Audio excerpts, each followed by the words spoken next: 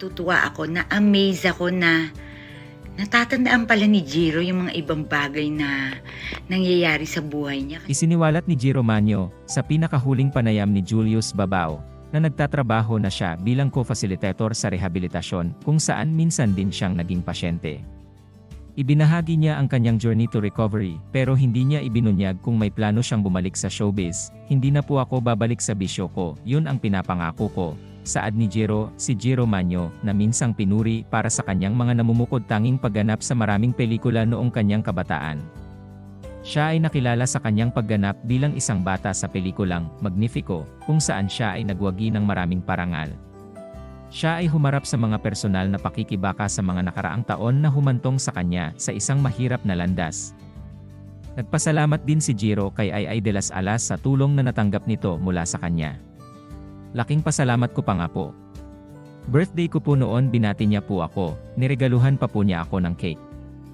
Pinapunta pa niya ako sa restaurant niya, binigyan pa niya ako ng pera. Pagkukwento ni Jiro, ang kanyang kahangahangang pagbabago ay nakaantig sa puso ng kanyang mga kapwa celebrity at supporters. Hindi na itago ni Ay de las Alas ang kanyang emosyon, matapos niyang mapanood ang panayam ng mamamahayag na si Julius Babao sa dating child star na si Jiro Manyo. Magugunita, na noong 2015 nang tulungan ni Ay si Jiro sa kanyang mga problema, gayunpaman, naghiwalay sila dahil hindi umano nakikipagtulungan si Jiro. Sa isang panayam, itinuring ni Ay si Jiro na parang anak, ngunit nalungkot siya na tila hindi nito sinusubukang i-improve ang sarili at sinasayang ang mga pagkakataong ibinigay nito sa kanya. Parang ang dating sa akin, napagod na ako. Nawalan na ako ng pag-asa, wala na, parang hindi na magbabago tong si Jiro. Sabi ko siguro tama na yung nagawa ko para sa kanya, pahayag noon ni Ay. Sa isang video, nag-react si Ay sa interview, na natutuwa siyang sa wakas ay nagbago na si Jiro. Nagbahagi ng taos-pusong mensahe ang comedy queen para kay Jiro Manyo at nagulat siya sa kanyang pagbabago. Natuwa naman ako kay Jiro na okay na pala siya. At nagulat talaga ako na may natatandaan pala siya sa mga nagawa ko para sa kanya.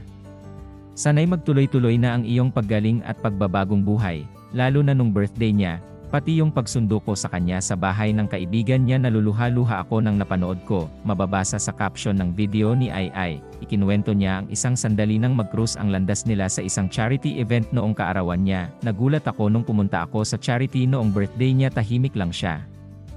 So hindi ko ine-expect na, ay naloko, natatandaan niya pala lahat yon. So kung parang natuwa naman ako kasi parang kahit pala papaano na-appreciate pala ni Jiro yung mga nangyari sa kanya noon. Ipinahayag ni Ay ang kanyang pag-asa na magpapatuloy ang positibong paglalakbay ni Jiro. Nais niyang mahanap niya ang daan pabalik sa dati niyang sarili, at mapanatili ang kanyang pag-unlad patungo sa pagpapagaling. Gayunpaman, hindi niya ibinunyag kung bukas ba siya na makipagkita muli kay Jiro. Doon naman sa interview nakita ko naman na okay siya, and I hope, Jiro, na ipagpatuloy mo yan, maging okay ka forever, and sana bumalik doon sa dati na, and I hope maging tuloy-tuloy na ang pagaling mo.